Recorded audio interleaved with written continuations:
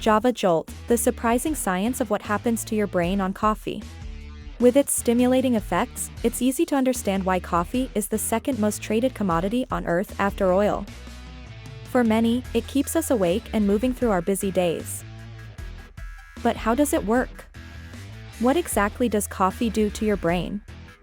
Whenever you're awake, a chemical called adenosine slowly accumulates in your brain. And this adenosine binds to receptors which slow down brain activity. Ultimately, the more adenosine there is, the more tired your brain feels. Which makes sense, as the longer you're awake, the more fatigued you become. Conversely, while you sleep, the concentration of adenosine declines, gradually promoting wakefulness.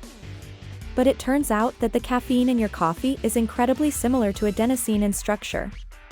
The caffeine works its way through your bloodstream and into the brain, where it starts to compete and binds with adenosine receptors. But because it's not adenosine, that a sleepiness effect isn't felt. Adenosine can no longer bind, meaning its calming properties are diminished. Which is great for you when you're feeling tired.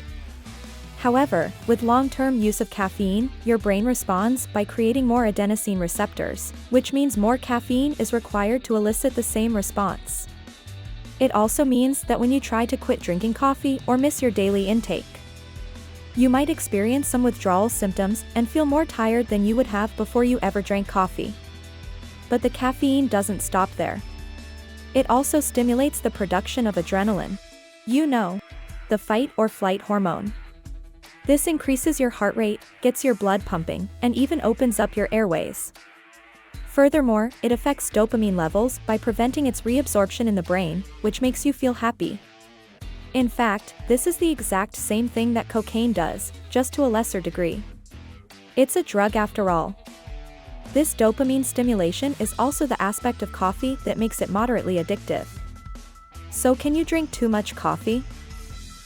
It turns out there is a lethal dose of caffeine, which is somewhere around 150 milligrams of caffeine per kilogram of your body.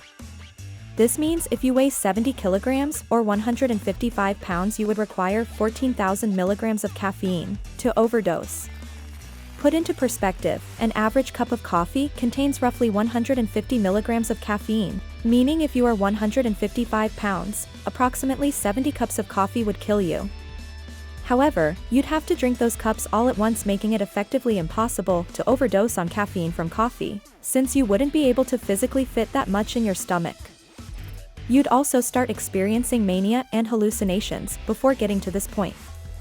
Caffeine also has a half-life of around 6 hours, so if you drank a standard coffee with around 150 milligrams of caffeine, after about 6 hours, there will only be 75 milligrams left in your system and you'll be feeling half of the effect.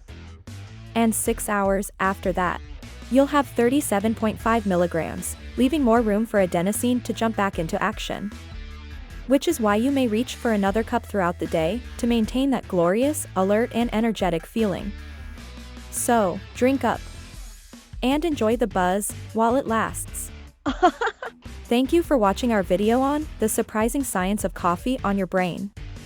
We hope you found the information helpful. And we hope you will join our community of health-conscious men by subscribing to our channel. By subscribing, you'll be the first to know when we release new videos on health and fitness tips, financial advice, and much more.